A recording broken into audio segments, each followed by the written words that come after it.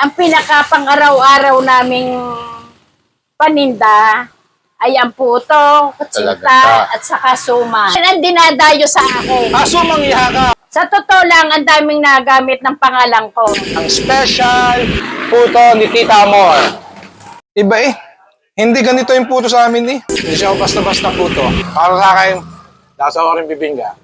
Yun na, sumarap na. Malagkit siya eh. Malagkit oh. Natin ang sauce niya. The best talaga dito kay Tita Amor. Ano kasi pansit ito? Katabang kanton, pero maliit na Mickey. Alam mo yun? What's up, mga kabudaw? What's up mga kaborda? Andito ako ngayon sa Tanawan. At ang first stop po ng aking food trip ay kay Tita Amor's Special Puto and Kakanin. Kailan po nagsimula itong inyong business? Ako muna po ang si Amor Robles. Ang aking negosyo ay nagsimula nung ako ay elementary pa lang. Minana ko ito sa aking magulang. Grade 4 pa lang, negosyante na talaga ako. Ang binabalik-balikan sa akin ng mga mamimili ay ang aming puto. Ang pinaka-pang-araw-araw naming paninda ay ang puto, kutsinta, at saka suman. Suman. At yung magkayakap. Oo. Yan ang dinadayo sa akin. Riho. Itong magkayakap. Ano ito? Sumang magkayakap? Mangyakap. Sumang yakap. Kita nyo, kaya yakap.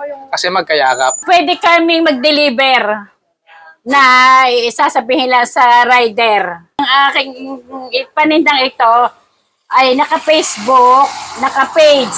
Pwede sila. Kung halimbawa kayo order,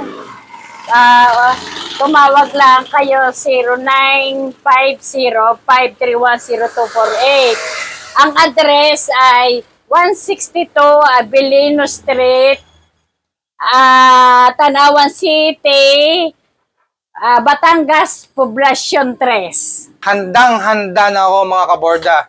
Sobrang excited ko na matimusan ang pinagmamalaki dito sa Barangay Tanawan, ang special puto at kakanin ni Tita Amor. At sa unang kagat, para po sa inyo mga kaborda.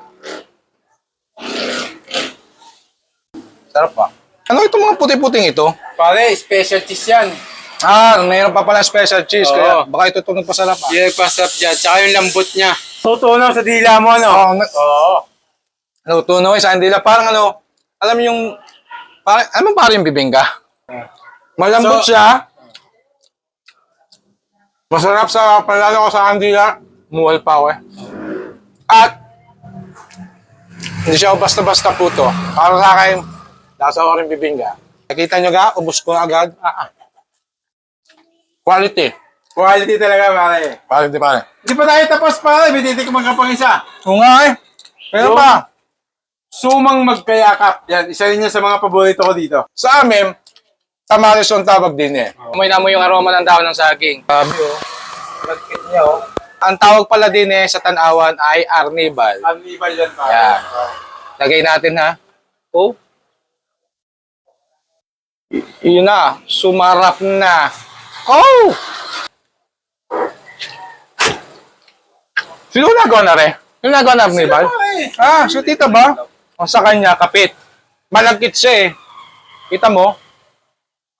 Malagkit oh. Pag masarap, laging ubos. So, yan, pare. Kaya, dito ko dinala. Ayoko kasing napapahiya sa iyo eh. So, siyempre, doon na kita dadalhin sa the best talaga. Wala, inagawan ko pa si Mumo. Oo. Masarap eh. Pangalawa pa lang yan. Wala pa yung lublob. Yung lublob doon ako excited. Siyempre, para lalo mas masarap yan, ating pigaan ng kalamansi. Grabe oh. Sarap, malasa. Tingin ko ang sekreto dito yan eh. Itong sauce nila. Yung sauce, tama ka dyan, pare. Yung sauce nila oh. Sarap. Para talaga siyang pinagsamang pansit palabok. Hindi siya yung yung lubsak. First time ko makatikim ng ganitong pansit. Pansit luglog.